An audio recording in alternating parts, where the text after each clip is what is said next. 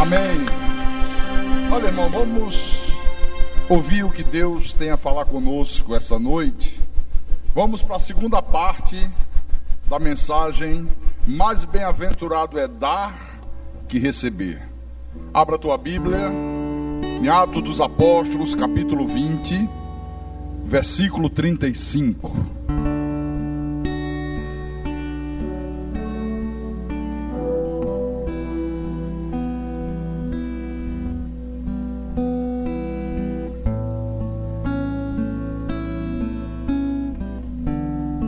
Atos capítulo 20, versículo 35.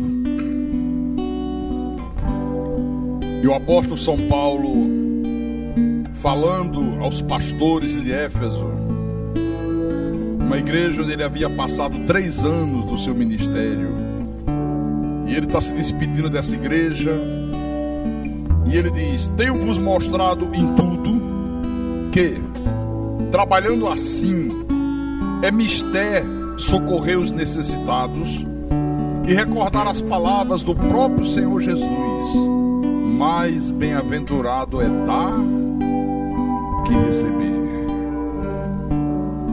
Vamos orar para que o Espírito Santo fale ao nosso espírito agora. Oremos ao Senhor Deus do universo.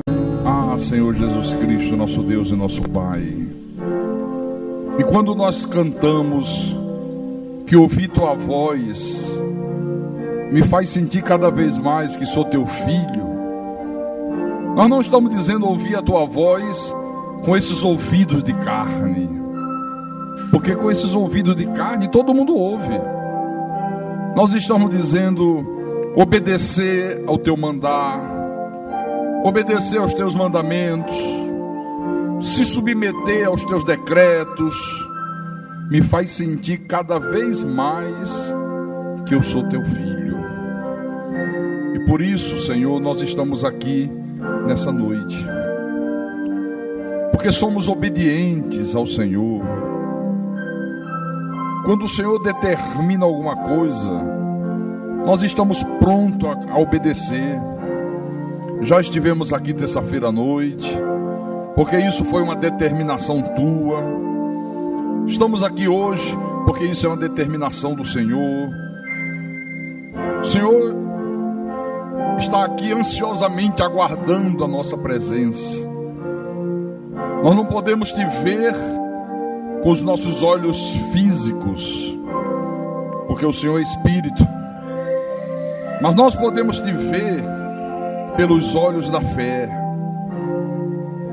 E por isso, Senhor, cada vez mais nós queremos crescer no conhecimento da tua palavra, no conhecimento da tua verdade, para que possamos viver a nossa vida não da maneira que nós desejamos vivê-la, mas da maneira que o Senhor quer que nós a vivamos. Viver a nossa vida da maneira que te agrada.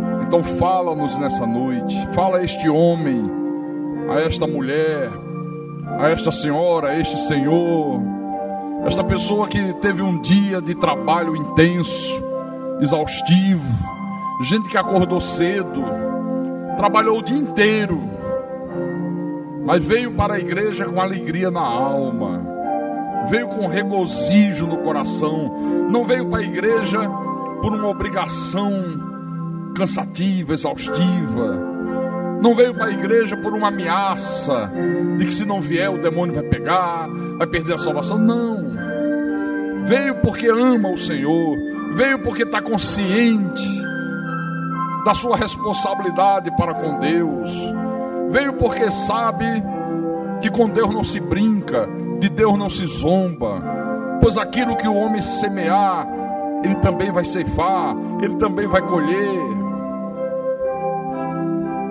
Veio movido pela lei do amor.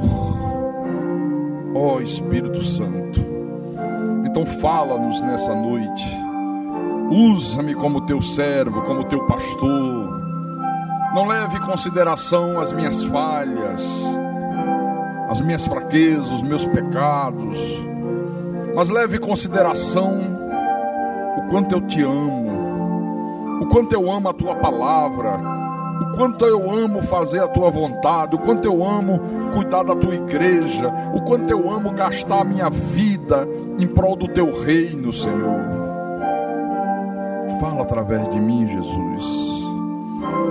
Dá-me a inspiração, a sabedoria, para que eu possa proclamar a tua palavra da maneira que o Senhor quer que ela seja proclamada, para que tudo que seja falado desse altar seja para a tua honra, para a tua glória, para o teu louvor e para o amadurecimento espiritual do teu povo, das tuas ovelhas.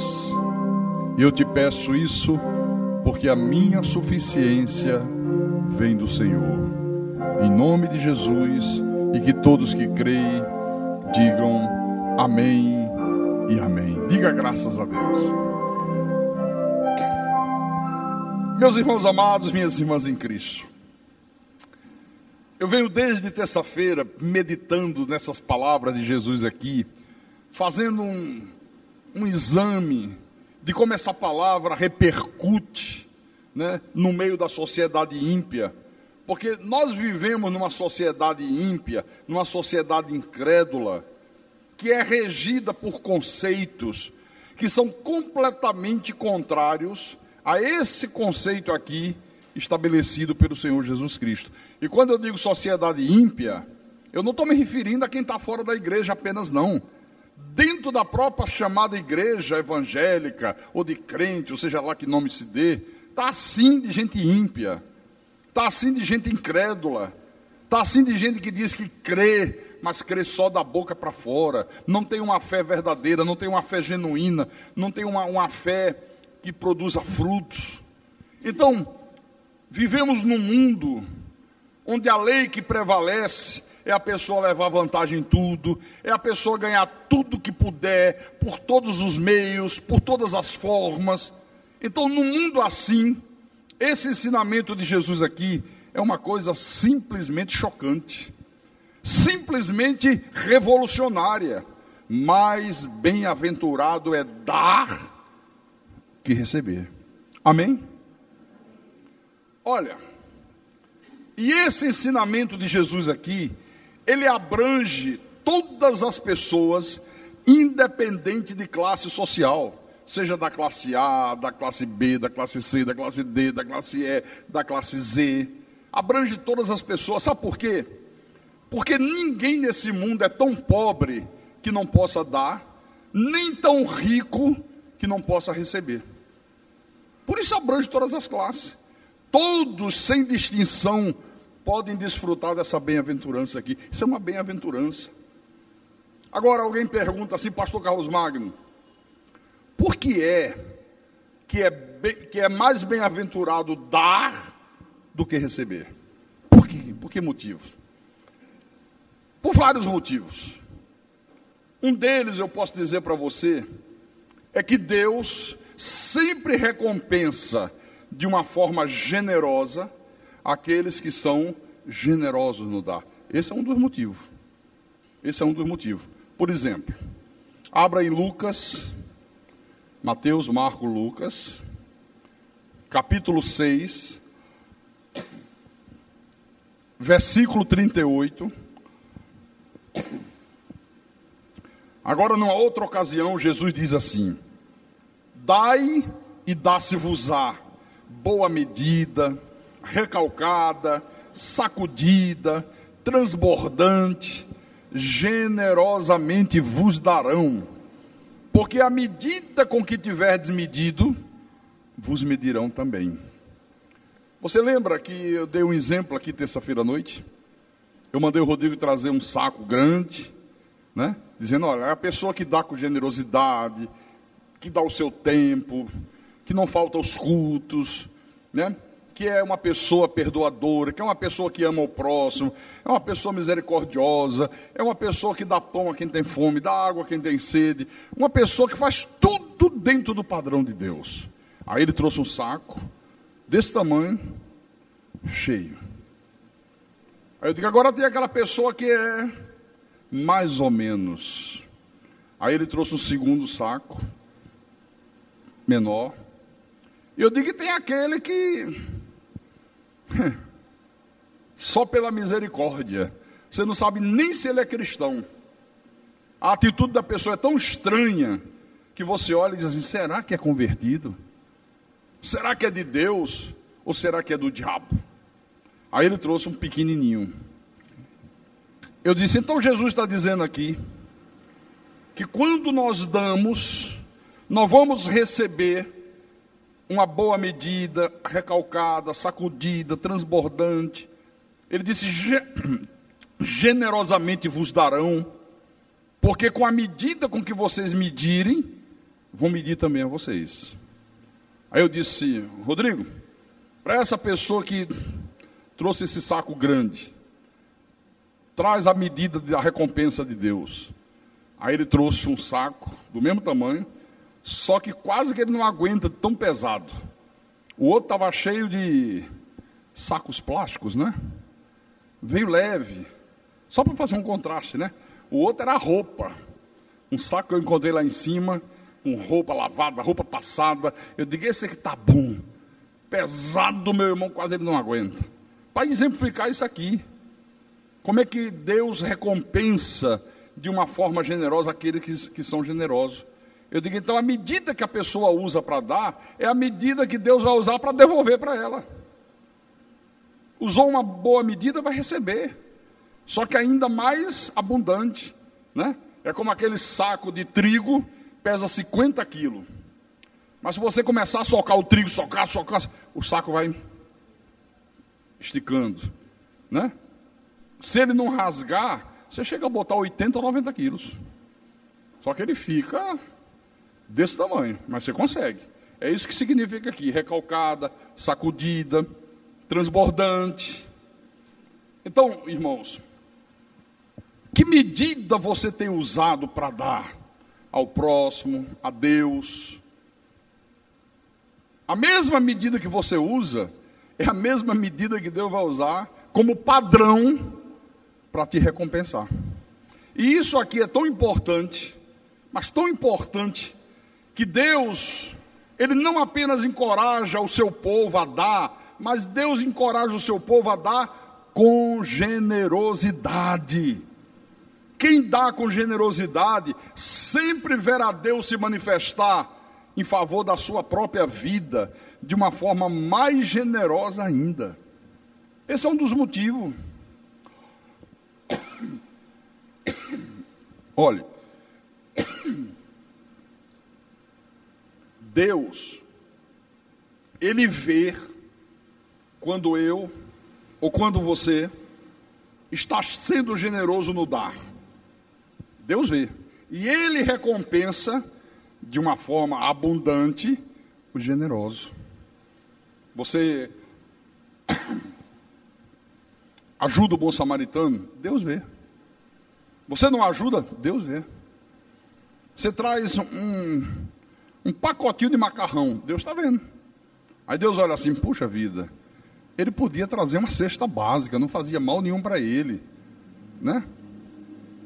Aí diz, tá bom. Amanhã, quando ele precisar de uma recompensa, eu vou usar a mesma medida que ele usou, o macarrãozinho para ele. Deus vê tudo. Lembra da viúva pobre?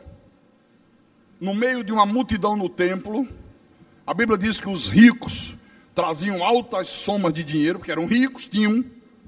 E no meio daquele povo que dava altas somas em dinheiro, levanta-se uma mulher, que a Bíblia diz uma viúva pobre, e dá 2 moedas de um valor insignificante.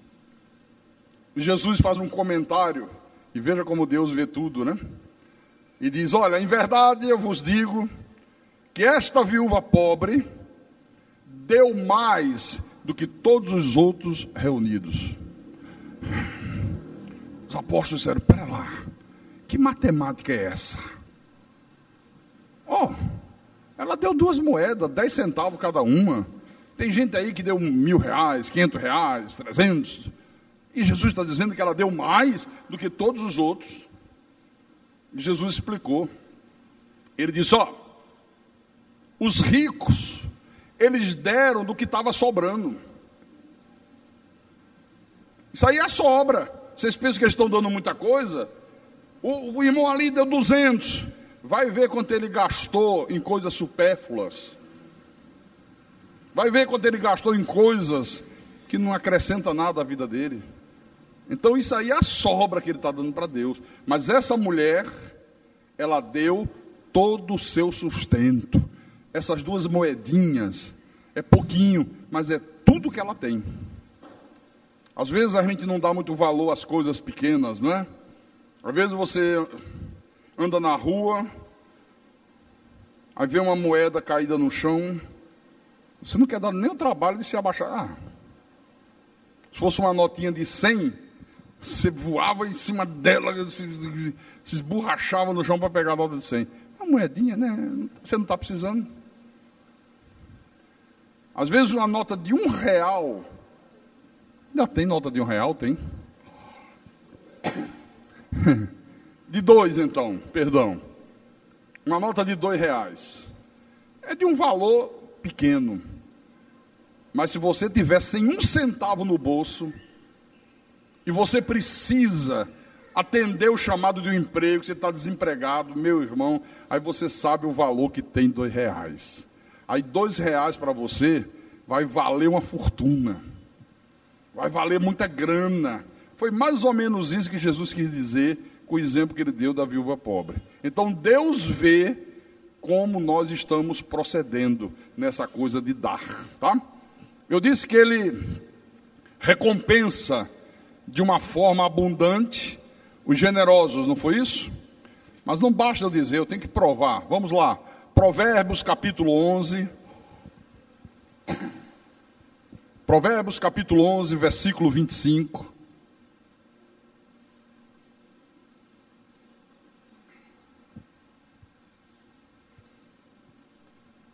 Ok? Todos acharam? Então vou ler, viu? Isso é Deus falando. E ele diz: a alma generosa prosperará, e quem dar a beber será dessedentado. A alma generosa prosperará.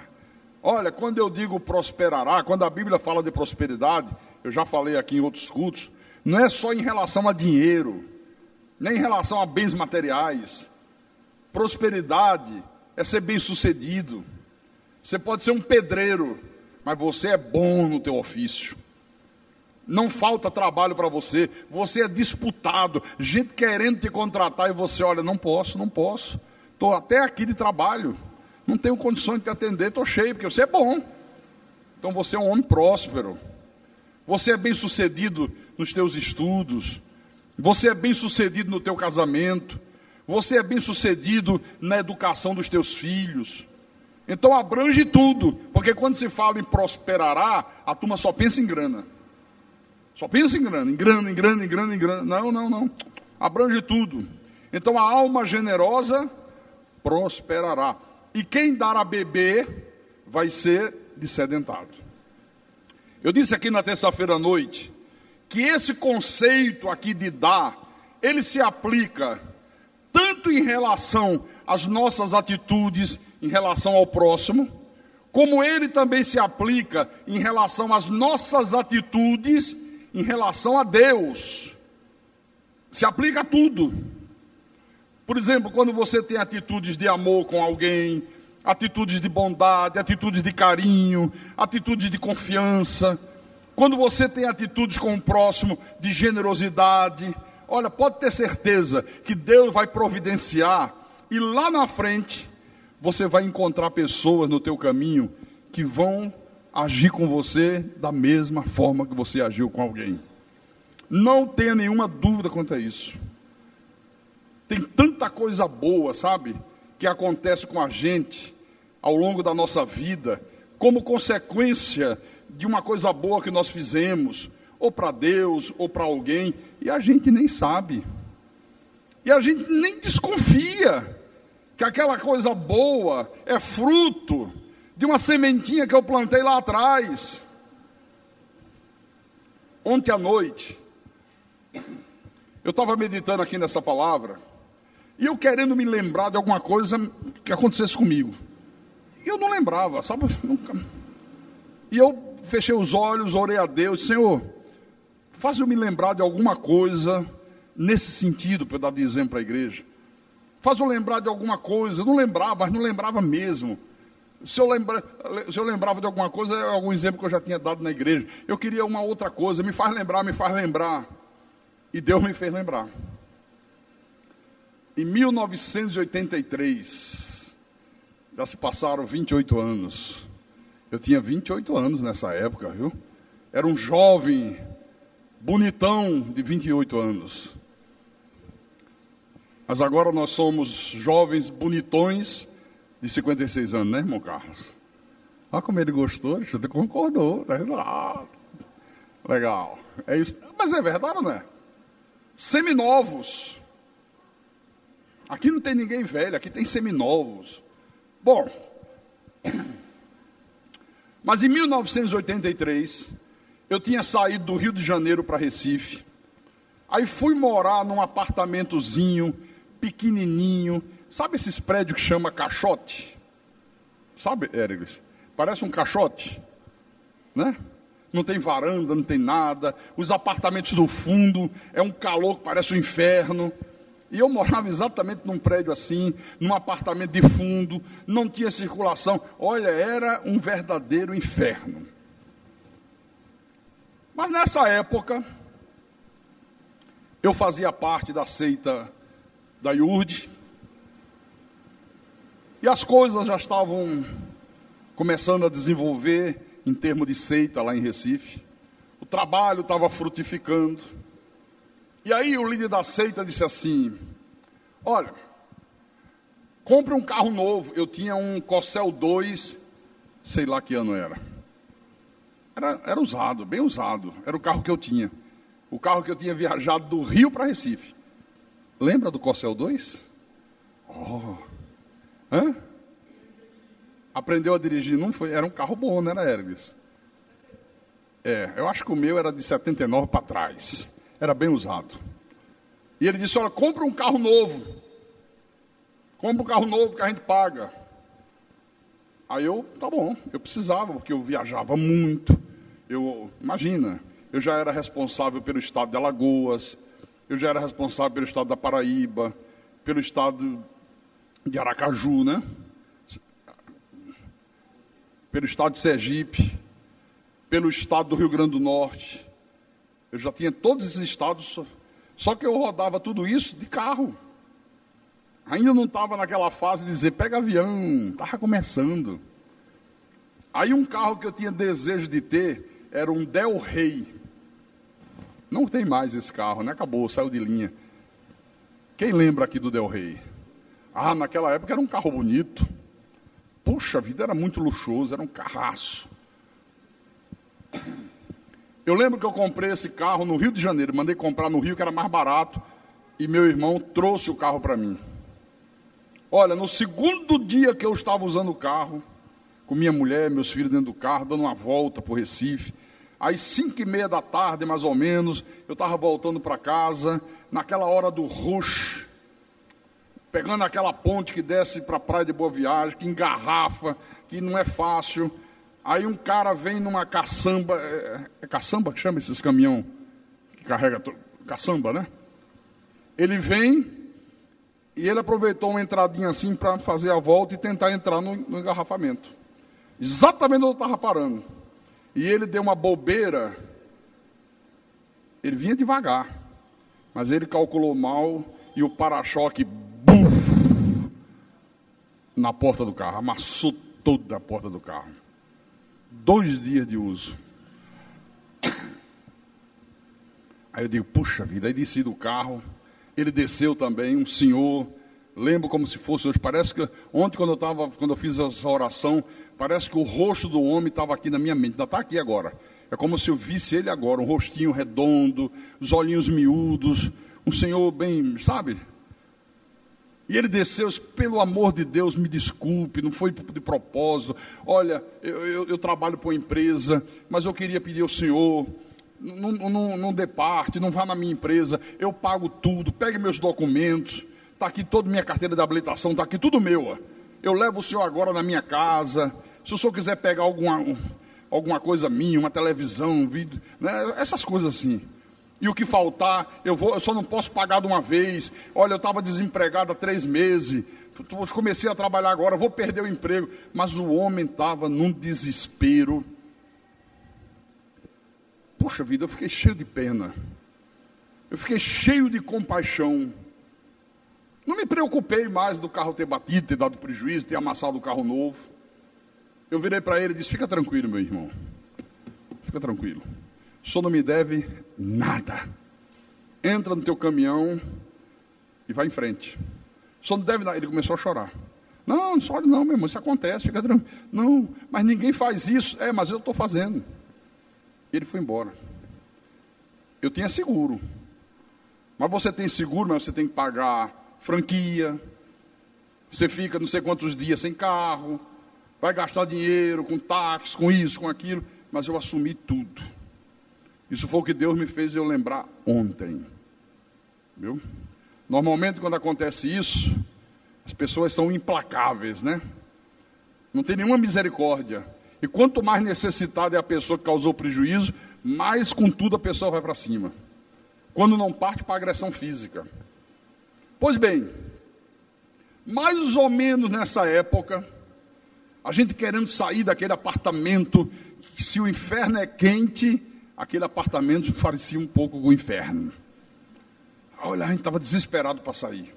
E eu que sempre morei em casa, queria morar numa casa. E a minha esposa tinha passado em Boa Viagem, que é o bairro rico de Recife, como se fosse a aldeota aqui. E ela foi fazer alguma coisa, comprar leite de cabra.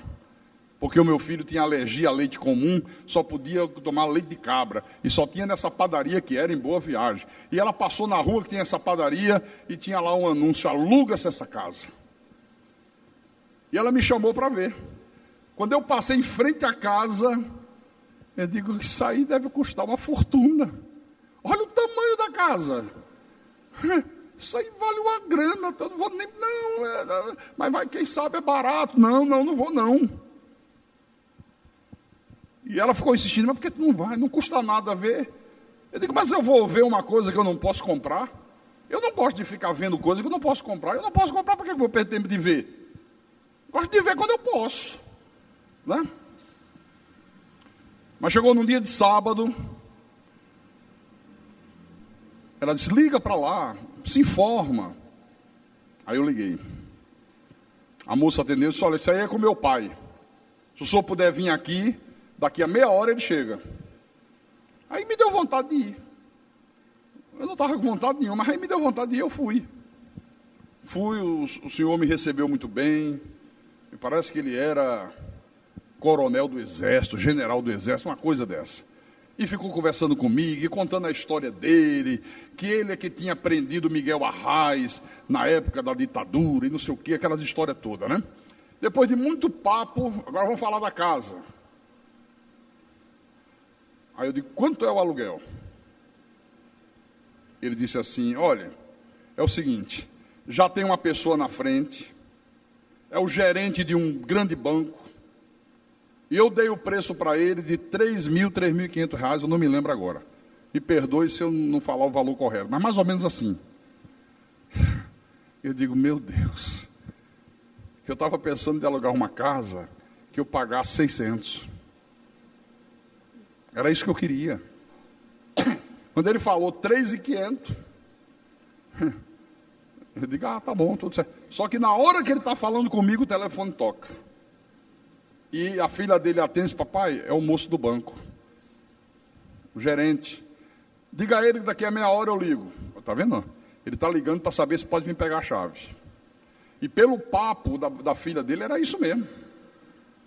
Aí eu digo, olha, seu fulano, seu coronel, seu general, muito obrigado pela atenção, mas não vai dar para mim. Eu disse, mas por que não vai dar? Eu digo, não, porque eu sou pastor. Quem paga o aluguel é a igreja que eu faço parte.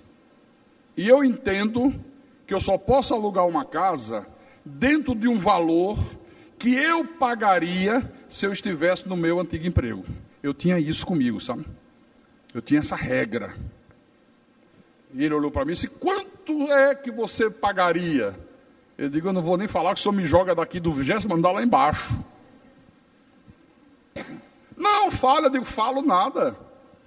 Nem por decreto do rei. Não, fale, pastor. Ele disse: olha, meu pai foi pastor da Igreja Batista. Eu não sou de igreja, mas meu pai era pastor. Ele foi pastor lá em Garanhuns, no interior, naquela época difícil, que o pastor andava a pé de jumento. Aí começou a contar a história do pai. E aí a gente vai caminhando para a porta, para sair do apartamento. Eu estou no lado de fora da porta, ele dentro. O general, muito obrigado pela atenção. Ele tinha se emocionado quando ele falou do pai, sabe? As lágrimas ficaram nos olhos dele. Ele disse: pastor, não me deixe com essa curiosidade, não. Quanto o senhor pagaria se fosse o senhor para pagar? Só para ter uma ideia do valor, eu estou curioso com isso. Ele disse: porque essa casa aí é só para minha filha, aquela que atendeu o telefone, separou do marido, e eu disse: essa casa é sua. O que for alugado é para te ajudar. Aí disse: eu tenho muitos imóveis. Aí que saiu contando quantas casas ele tinha, quantos apartamentos ele tinha. O homem era riquíssimo. Eu disse: general, só para satisfazer a sua curiosidade, eu só poderia pagar R$600. Ele disse: ah, não, aí é... Não, por isso que eu não queria lhe dizer. Viu? Mas muito obrigado. Aí ele olhou para mim assim e disse: pastor, espera aí, vem cá. Eu lembrei tanto do meu velho pai agora. Eu via como papai sofreu como pastor, as dificuldades que papai passou por esse interior. Eu vou alugar a casa para o senhor. Só para dizer que o senhor não está pagando nada, porque isso aí não vale nada. Você acredita que alugou a casa que valia 3.000, 3.500 por R$600? Deus fez eu me lembrar disso. Sabe? Olha, aquilo que eu abri mão, um pequeno prejuízo que eu tive, né? Porque na verdade eu dei para aquele pobre homem. Veja como Deus devolveu de uma forma muito mais generosa do que eu tinha agido com aquele homem. Amém, irmãos? Aqui mesmo em Provérbios, capítulo 19. Provérbios, capítulo 19. Versículo 17. Olha o que diz aqui o Senhor Deus: quem se compadece do pobre, ao Senhor empresta, e este lhe paga o seu benefício. Quem se compadece do pobre, do necessitado, do aflito, e faz alguma coisa, que quem se compadece faz alguma coisa. O que a Bíblia diz? Ao Senhor empresta. É como se estivesse emprestando a Deus. E como Deus é o dono de todas as coisas, Ele nunca fica devendo nada a ninguém, meu irmão. E aquilo que Ele disse, é como se você estivesse emprestando a mim, e eu sou o dono de todas as coisas, eu vou te devolver de uma forma muito maior do que a que você me deu. Maravilha, né? Ah, se as pessoas acreditassem nisso, hein? Ah, se o povo cresce nisso aqui. Mas a gente vê tanta avareza, tanta usura, tanto egoísmo, né? Porque as pessoas não creem nisso. No Salmo 24, já que eu falei que Ele é o dono de tudo, Salmo 24, versículo 1, Davi, inspirado por Deus, escreve e diz assim: ao Senhor pertence a terra e tudo que nela se contém, o mundo e os que nele habitam. Ao Senhor pertence a terra pertence a Deus, tudo que essa terra contém é de Deus. Os tesouros, a riqueza, a natureza exuberante, o ouro, a prata, o petróleo, tudo é de Deus.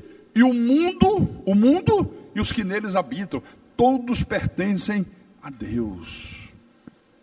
Nós somos apenas mordomos de Deus. Somos apenas administradores dos bens alheios. porque nada é nosso, tudo é dele. Nós não trouxemos nada para este mundo, e nem vamos levar nada desse mundo. Paulo disse isso a Timóteo, não foi? Abra lá, 1 Timóteo capítulo 6, versículo 7.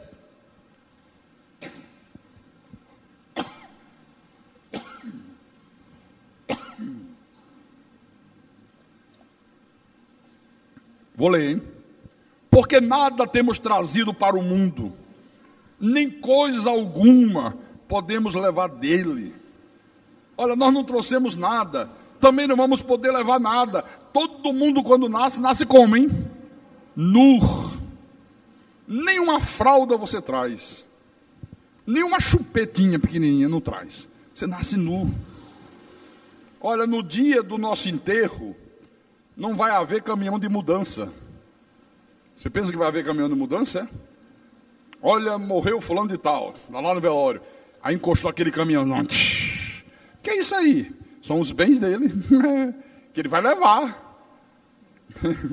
Tem um cofre grande, com dinheiro que ele juntou na poupança, as joias, tal. Olha, a casa dele já foi vendida, está aqui o dinheiro para ele levar. Não vai ter isso. Nada do que a gente possui nesse mundo vai poder nos acompanhar na eternidade, irmão. Nada, absolutamente nada. Tudo é de Deus. Nós somos apenas mordomos daquilo que é dele. Você tem uma casa própria? A gente tem o hábito de falar minha casa. Na verdade não, a casa é dele. A casa que Deus permitiu que chegasse às minhas mãos para que eu administre. Você tem um carro, é dele.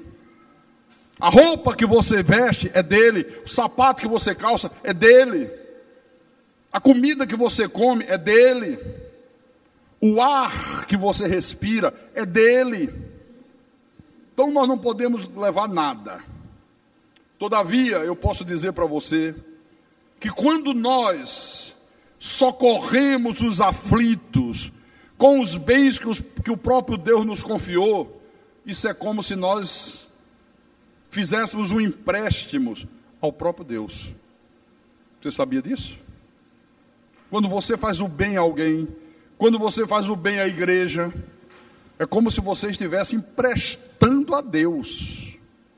Pastor, mas é assim, é assim. Quem socorre o aflito ao Senhor, empresta.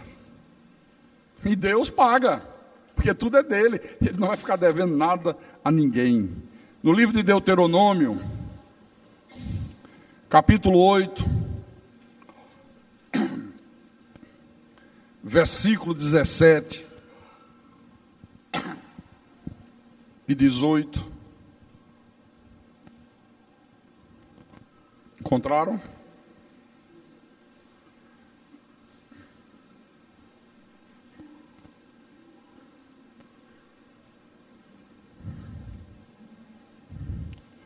Ok? Vou ler, hein? Deuteronômio capítulo 8, versículos 17 e 18.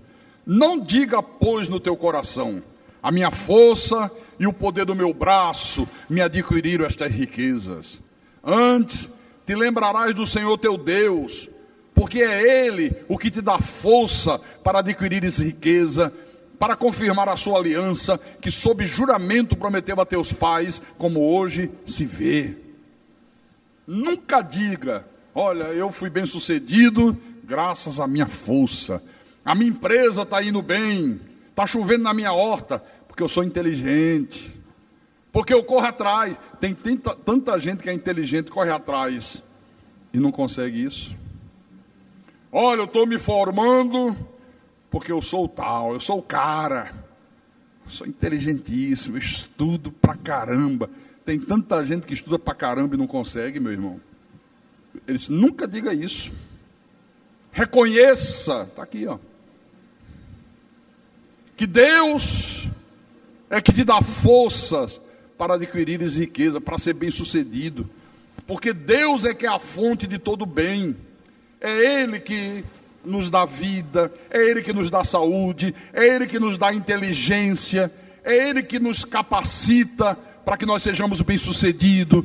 para você ser um excelente pedreiro, um professor, um médico, um motorista profissional, para você ser um cientista, para você ser um comerciante, para você ser um empresário, para você ser um pastor.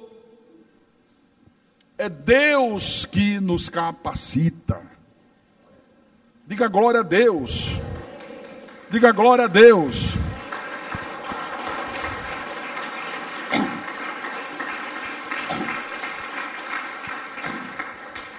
Agora, como é que as pessoas são ingratas com Deus, né?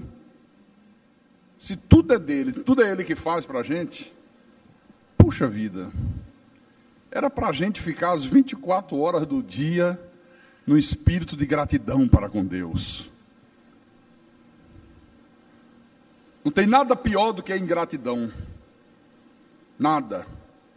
O que me motiva a ser dedicado à obra, a fazer qualquer tipo de sacrifício, a gastar a minha vida, a renunciar a qualquer coisa que seja necessário renunciar, é a gratidão que eu tenho para com Deus.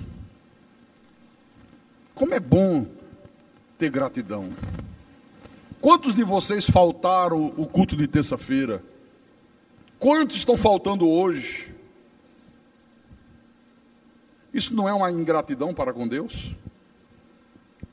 Eu vou bater na mesma tecla. Me desculpe eu ser repetitivo, mas eu sou obrigado a sê-lo. Você não falta o teu trabalho. Quem trabalha aqui em alguma empresa e cumpre horário, trabalhou segunda, terça, quarta, quinta. Irmão Célio, trabalhou hoje? Trabalhou, irmão? Trabalhou segunda? Terça? Quarta não. Trabalhou também quarta? Amanhã você vai folgar, né, irmão? Amanhã é sexta-feira. Vai trabalhar normalmente. Ainda está trabalhando sábado, Alcélio? Sábado também, né? Como é que o cara trabalha de segunda a sábado, de 7:30 da manhã às 6 da tarde, e 2 vezinhas durante a semana, que Deus requer que ele venha para ouvir a voz dele, para ser ensinado, para alimentar o espírito, para aprender de Deus, e a pessoa não vem? O que você acha disso? Você que tem um comércio,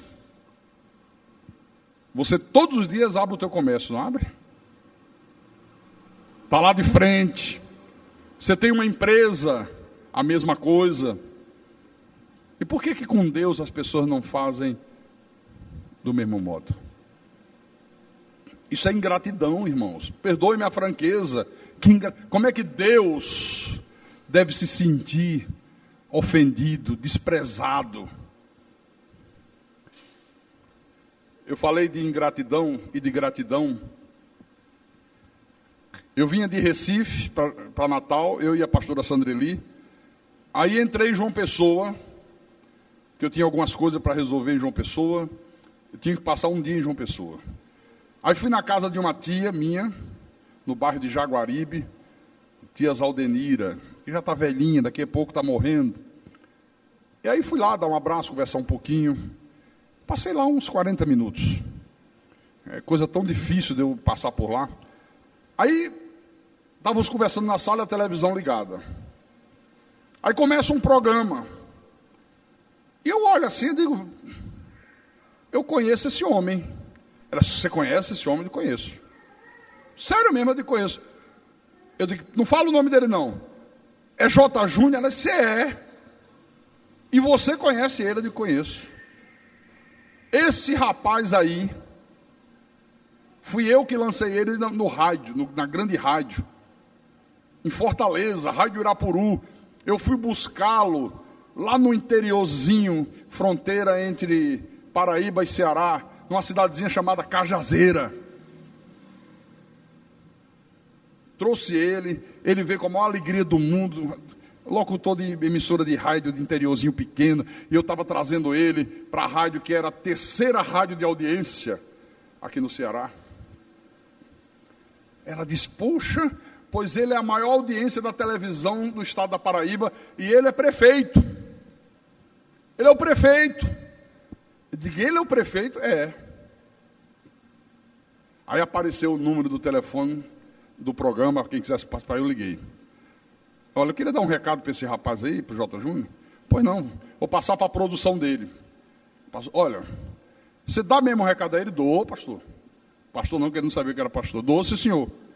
Eu digo, diga para ele o seguinte, pastor Carlos Magno está assistindo ele agora, e que eu sou o pastor que lançou ele no rádio lá em Fortaleza. O senhor tem telefone? Tenho. Aí dei meu telefone. Ele disse, tá bom, pastor. Aí assisti mais uns 20 minutos do programa, e chegou a hora de a gente sair, eu ia almoçar, fui embora.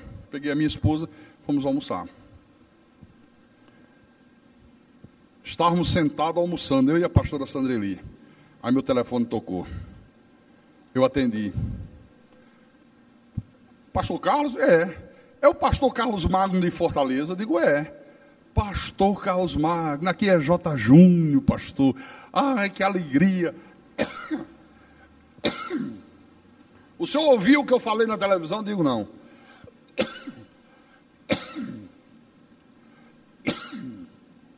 Ele disse, olha, no último bloco do programa,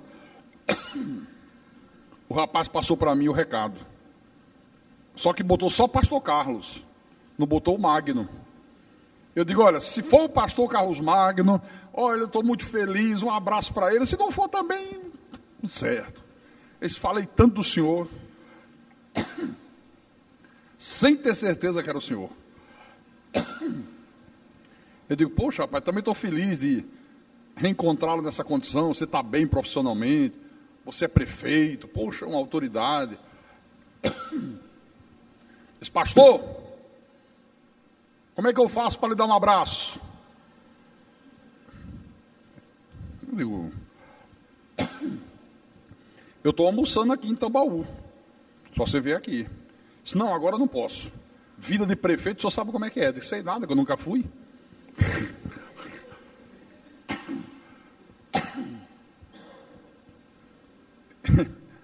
Ele disse, não, o senhor vai ficar até que hora aqui? Eu digo, eu vou dormir em João Pessoa.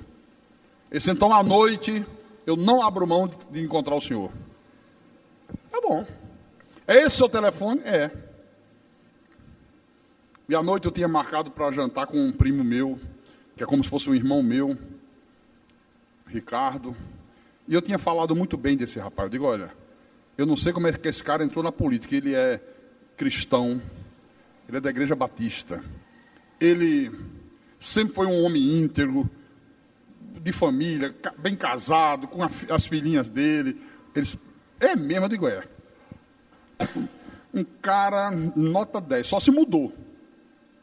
Falei muito bem. Tá bom. Só que eu digo, bom, ele é prefeito, ele é autoridade, ele é ocupado. Ele vai lá perder tempo para vir me dar abraço. Estávamos tomando um sorvete, era 6h40 da tarde. O telefone tocou. Pastor, onde é que o senhor está? Olha, eu estou aqui, perto da praia, numa sorveteria, tomando um sorvete. Marca um lugar aí para eu encontrar o senhor. Eu digo, você vem agora, esse daqui a 20 minutos eu estou aí. Eu digo, então vamos encontrar aqui no Terraço Brasil, um restaurantezinho que tem bem na frente. Ah, eu sei onde é. Aí peguei minha esposa, meu primo, a mulher dele e fomos para esse restaurante.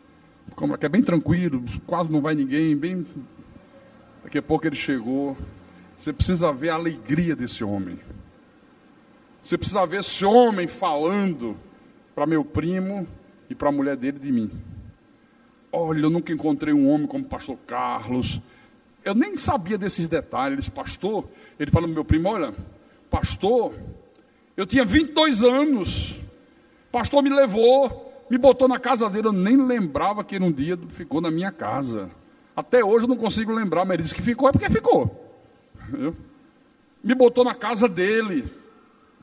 Depois mandaram o pastor para São Paulo. O pastor me chamou e disse, você assume a rádio.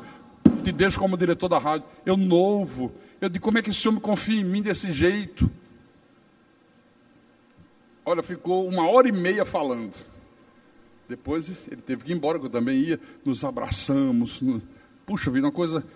Isso é o quê? Gratidão. Normalmente era para ser o contrário, né? Correr atrás do cara. O cara é prefeito, é? Onde é que você está, prefeito? Eu vou aí. Tá, não. Ele largou todos os afazeres dele e veio a mim. No restaurante todo mundo assim, ó. Que normalmente é o contrário, né? Era o prefeito só faltando me carregar no colo. Graças a Deus que ele disse que se arrependeu de entrar na política e está saindo agora. E disse que para nunca mais. Que bom, que bom. Então isso é gratidão, sabe? Você não imagina como eu fiquei feliz. Só em ver a gratidão. O cara bem de vida, o cara bem financeiramente, o maior audiência da televisão do estado da Paraíba, prefeito, e dizer, eu quero te dar um abraço. E veio e deu o abraço e ficou quase 2 horas comigo. Isso é gratidão. Eu fiquei feliz. Imagina como Deus fica feliz com a gente, né? Então, irmãos, ajudar ao próximo é fazer para Deus. O Senhor Jesus disse isso de uma maneira mais abrangente em Mateus capítulo 25. Mateus capítulo 25. Versículo 31 em diante. Ele está falando sobre a sua segunda vinda e ele diz: quando vier o Filho do Homem na sua majestade e todos os anjos com ele, então se assentará no trono da sua glória e todas as nações serão reunidas em sua presença e ele separará uns dos outros, como o pastor separa dos cabritos as ovelhas. E porá as ovelhas à sua direita, mas os cabritos à sua esquerda. Agora presta atenção que ele vai dizer agora. Então dirá o rei aos que estiverem à sua direita, as ovelhas, aos filhos, os predestinados, os eleitos: vinde, benditos de meu Pai, entrai na posse do reino que vos está preparado desde a fundação do mundo. Porque tive fome e me deste de comer, tive sede e me deste de beber, era forasteiro e me hospedaste, estava nu e me vestiste, enfermo e me visitaste, preso e foste ver-me. Então perguntarão os justos: Senhor, quando foi que te vimos com fome e te demos de comer, ou com sede e te demos de beber? E quando te vimos forasteiro e te hospedamos, ou nu e te vestimos? E quando te vimos enfermo ou preso e te fomos visitar? O rei, respondendo, lhes dirá: em verdade vos afirmo que, sempre que o fizestes a um destes meus pequeninos irmãos, a mim o fizestes. Olha, aqui está uma das características de quem é verdadeiramente filho de Deus.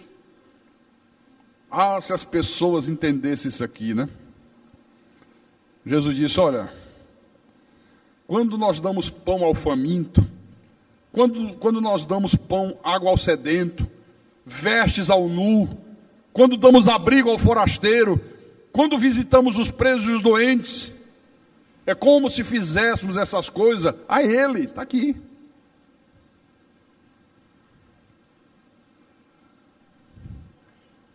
Se as pessoas entendessem isso, como a gente via mais atitudes de amor dentro da obra de Deus.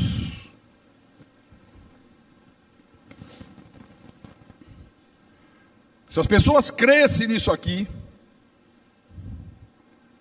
chegava domingo, não entrava uma pessoa na igreja sem trazer alguma coisa para o bom samaritano. Porque é como se estivesse trazendo para Deus.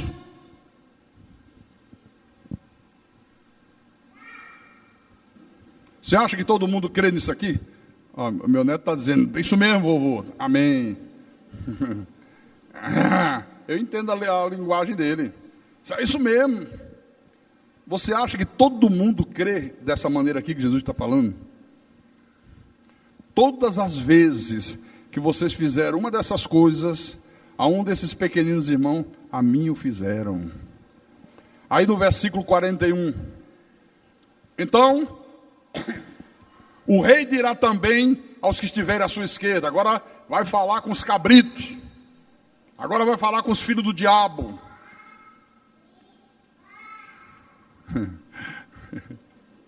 Apartai-vos de mim, malditos, para o fogo eterno, preparado para o diabo e seus anjos.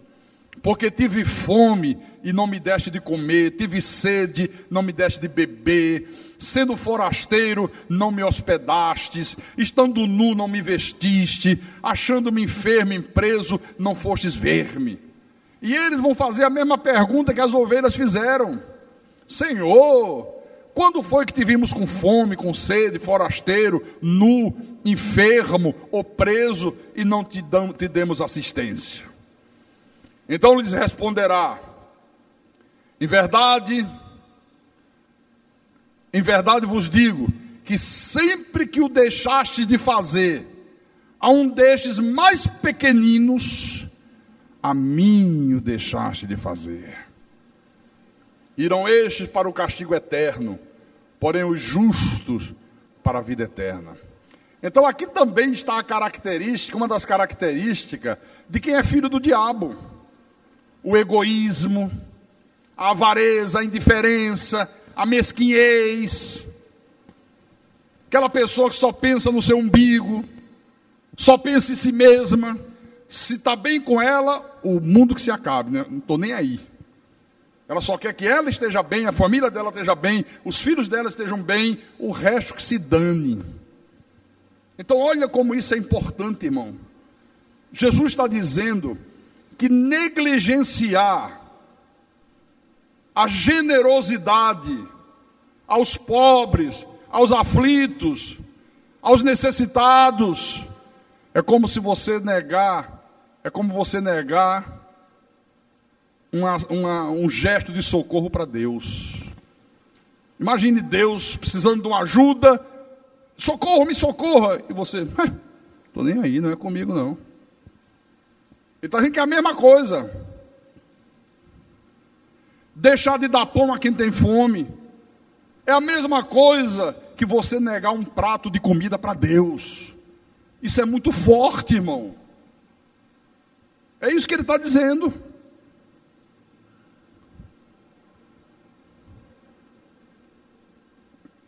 Não traz bom samaritano, não está nem aí, esqueci. Sabe que eu nem lembrei? Mas você não esquece de tomar café de manhã, esquece? Você esquece de almoçar? Você esquece de jantar? Você esquece de beber água, cheio de sede? Rapaz, estou morrendo de sede. Sabe que eu esqueci de beber água o dia inteiro? Não existe isso. Não existe isso.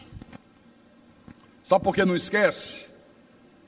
Porque você se preocupa com as suas necessidades. Se é o outro que está com sede, você não sente a sede. Só que Jesus disse: sempre que você deixou de fazer isso a um desses pequeninos, a mim você deixou de fazer.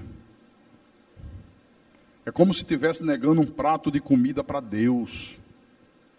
E por tudo isso foi que Jesus disse: mais bem-aventurado é dar que receber.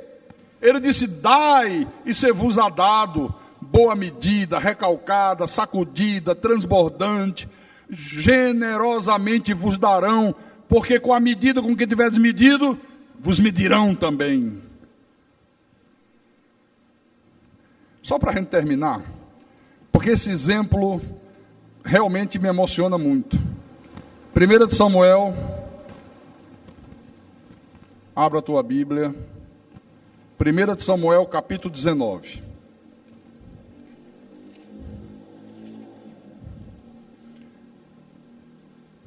Versículo 1. Falou Saul a Jonatas, seu filho, e a todos os servos sobre matar Davi. Jonatas, filho de Saul, que era muito afeiçoado a Davi, que tinha um amor muito grande por Davi, uma consideração muito grande, o fez saber a este, dizendo: olha, meu pai Saul está procurando te matar, tenha cautela. Olha, amanhã de manhã eu vou ficar num lugar oculto, fica no lugar oculto e te esconde. Eu sairei, estarei ao lado de meu pai no campo, onde estás, falarei a teu respeito a meu pai, e verei o que houver e te farei saber. Eu vou falar sobre você, vou interceder por você, vou pedir por você, e vou saber qual é a atitude do meu pai. Se ele vai voltar atrás, ou se ele vai continuar com essa inveja louca, com esse desejo terrível de te matar, tudo por inveja. Porque depois que Davi derrotou Golias, vem Saul e Golias entrando na cidade, está logo aqui atrás. O cântico das mulheres indigna Saul, capítulo 18, versículo 6 em diante. Depois você lê em casa. E as mulheres começaram a cantar. Saul feriu seus milhares, porém Davi os seus 10 milhares. Saul se indignou muito, pois essas palavras lhe desagradaram. Esse eu sou o rei. Estão dizendo que eu matei milhares, e ele 10 milhares. Daqui a pouco ele fica no meu lugar. Vou matar esse cara. O que a inveja não é capaz de fazer, hein? Está aqui. Versículo 4. Então Jonatas falou bem de Davi a Saul seu pai e lhe disse: não peque o rei contra seu servo Davi, porque ele não pecou contra ti, e os seus feitos para contigo têm sido muito importantes. Arriscando ele a vida, feriu os filisteus, e efetuou o Senhor grande livramento a todo Israel. Tu mesmo viste e te alegraste, porque pois pecarias contra sangue inocente, matando Davi sem causa. Olha, o próprio filho dando uma lição de moral no pai, e o pai era o rei.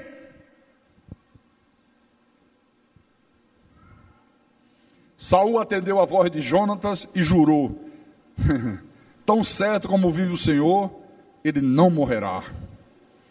Jonatas chamou a Davi, contou-lhe todas essas palavras e o levou a Saul. E esteve Davi perante Saul como antes.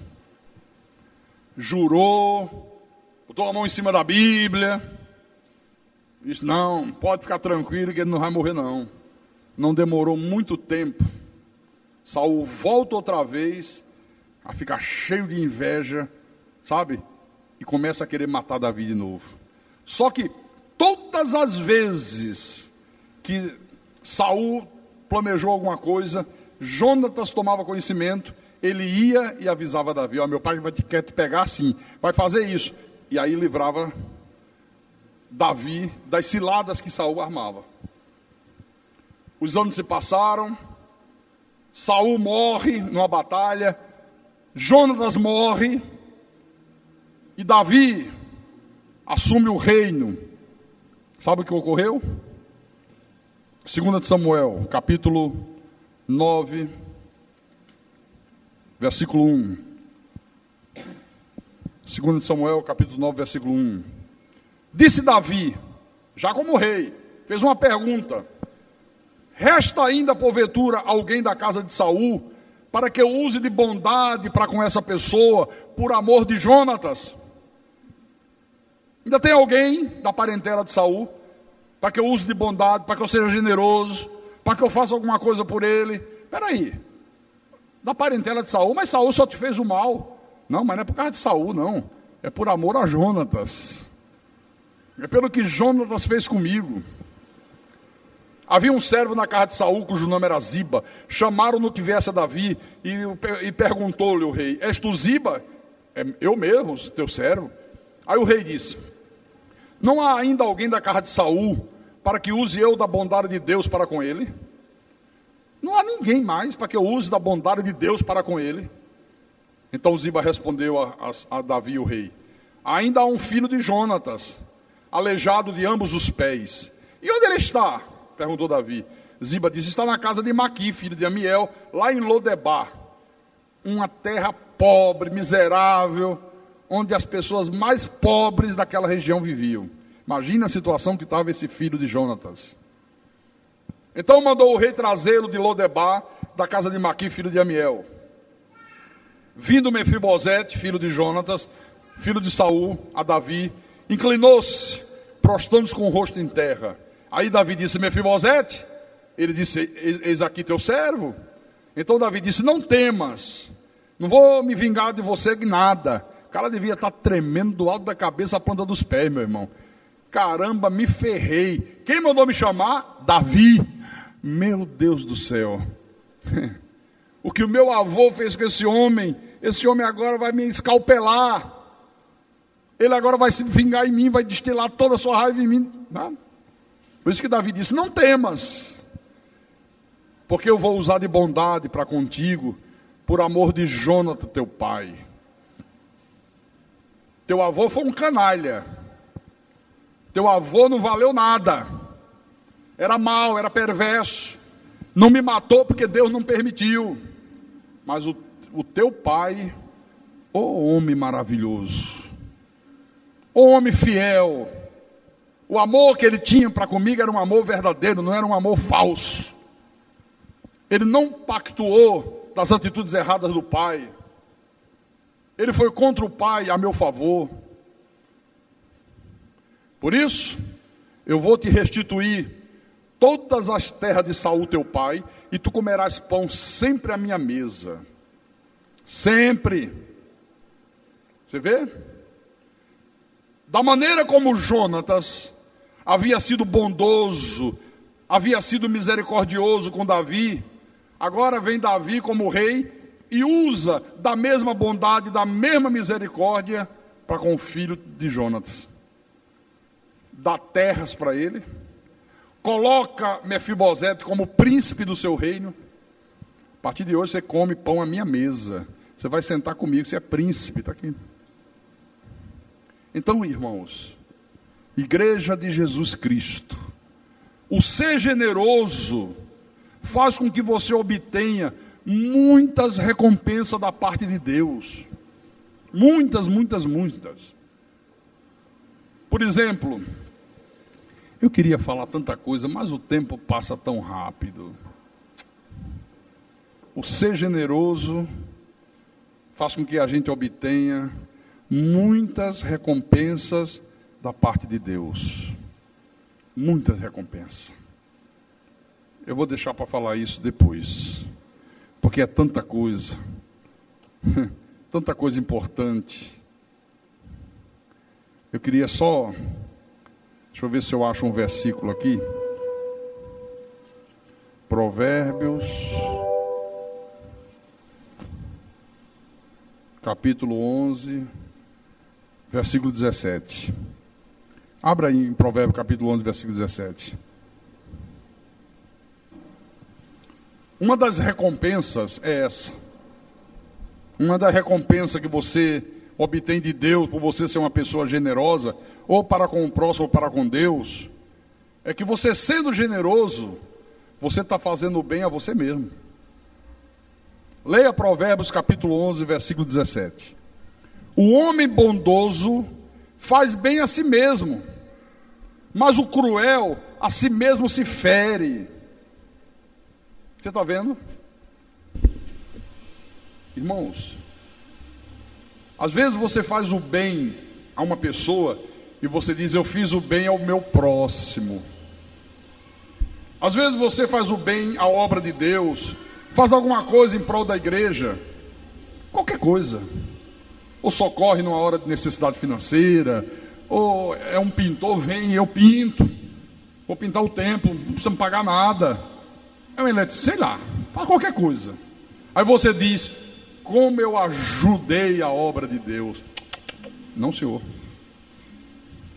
Quando a gente faz o bem ao próximo, a gente está ajudando a nós mesmos, fazendo o bem a si mesmo.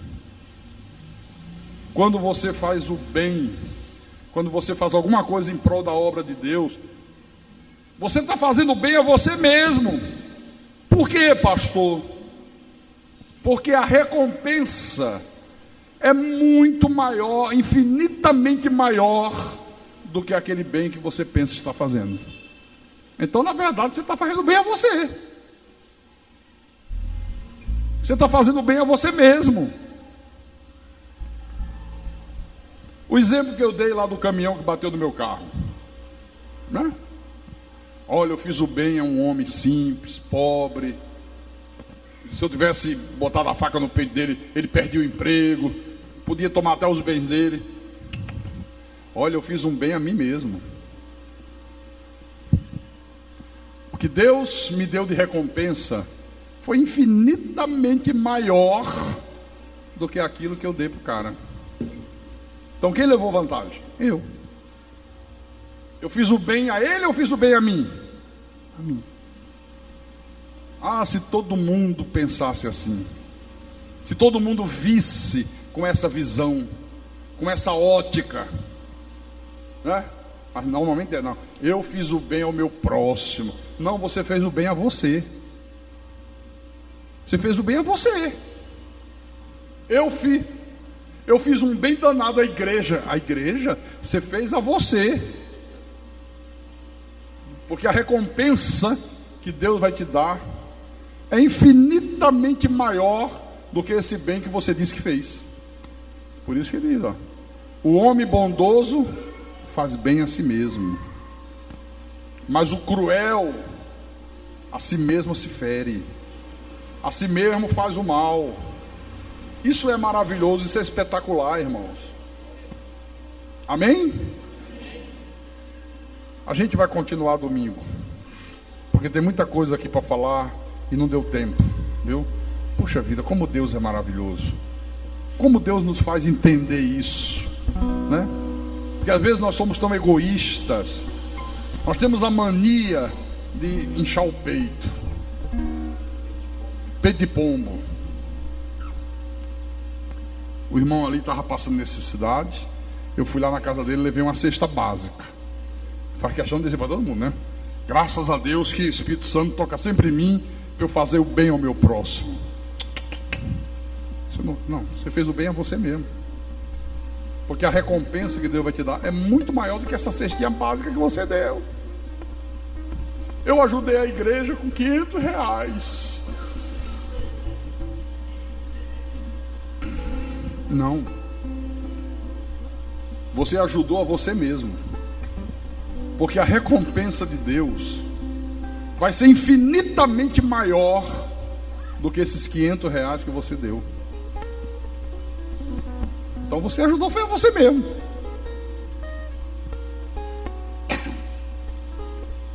Quando Jonatas teve essas atitudes com Davi, ele nunca imaginava que a recompensa de Deus viria lá na frente, não para ele, mas para um filho dele. Você tem filhos? Você tem netos?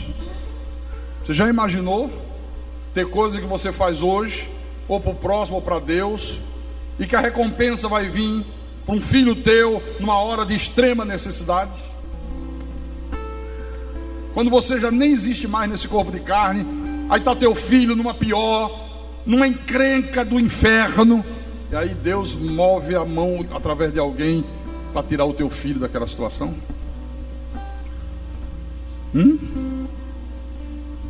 Se eu pudesse trocar, dizer, Deus, não quero mais nada, eu quero deixar tudo para eles, eu trocava agora. E qual é o pai que não quer o bem para o filho? Imagina você saber que pode resultar em bênçãos de generosidade na vida de um filho teu, na vida de um neto teu. Amém, irmãos? Então, diante de tudo isso que nós vimos até agora, mais bem-aventurado é dar do que receber. Por quê? Porque quando eu dou, eu estou fazendo bem a mim mesmo. Então, quem tem ouvidos, que ouça o que o Espírito falou com a igreja nessa noite, em nome de Jesus Cristo, para a glória do Todo-Poderoso.